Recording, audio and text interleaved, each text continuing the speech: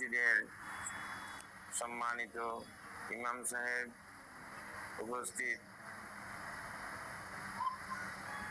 পঞ্চায়েত কমিটির সহসভাপতি সদস্যবৃন্দ, উপস্থিত মা মুরব্বী, কমলমতি, আসসালামু আলাইকুম ওয়া রাহমাতুল্লাহি ওয়া বারাকাতুহু।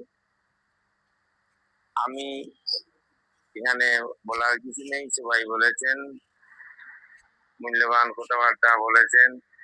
আজকে যাকে ঘিরে আমরা আজকে এই বিদায়ী সাধনার আয়োজন করেছি, জনাব আব্দুল মালিক সাহেব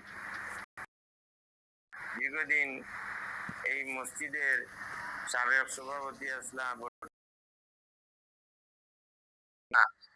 তার এই বিদেশ যাত্রা সফল হোক, সার্থক হোক, অকল্যাণময় হোক, আর সহি সালামতে বিদেশ গিয়া যাইতে পারেন এবং সহি সালামতে আবার প্রত্যাবর্তন করতে পারেন, এই কামনা করিয়া আমি আমার বক্তব্য এখানেই শেষ করছি।